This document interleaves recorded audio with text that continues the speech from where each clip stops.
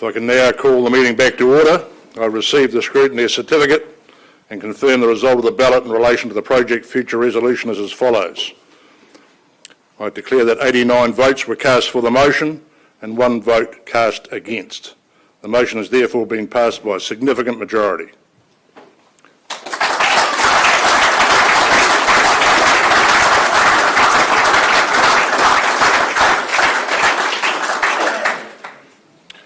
I have to say this is a monumental moment in the history of rugby in New Zealand and opens the door to some incredible opportunities that will support and grow the game at all levels.